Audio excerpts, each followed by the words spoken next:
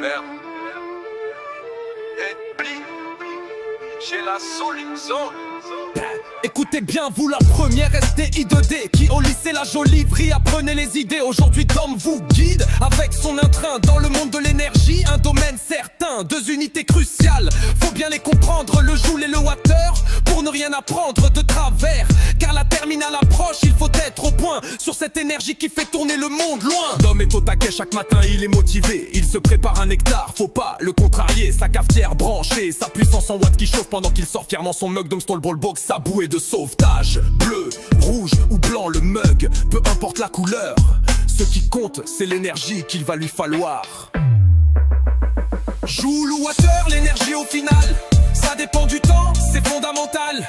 La puissance en watts de la cafetière, elle ne change jamais. Mais l'énergie qu'elle consomme, on va l'observer. Faut multiplier le temps, c'est la combinaison. Pour l'énergie totale, c'est la solution.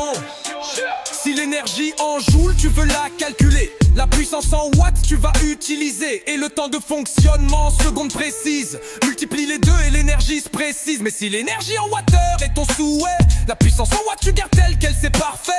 Et le temps d'utilisation en heures cette fois-ci. Le résultat te donnera l'énergie, bientôt la terminale, ouais. Joule ou water, l'énergie au final, ça dépend du temps, c'est fondamental. La puissance en watts de la cafetière, elle ne change jamais. Mais l'énergie qu'elle consomme, on va l'observer.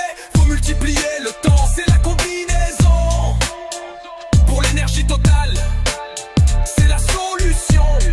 Alors, toi qui es en première, retiens bien la leçon. Le mug de Dom, c'est pas la question. La puissance est fixe, mais l'énergie s'envole avec le temps qui passe. Vers la terminale, tu t'envoles.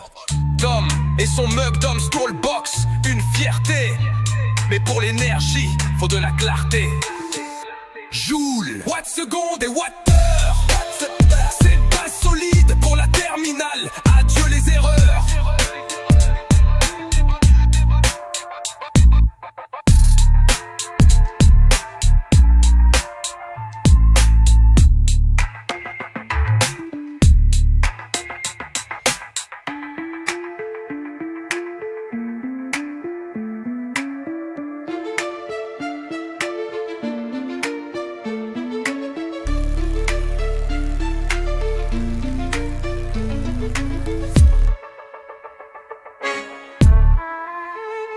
Joule ou water, l'énergie au final, ça dépend du temps, c'est fondamental.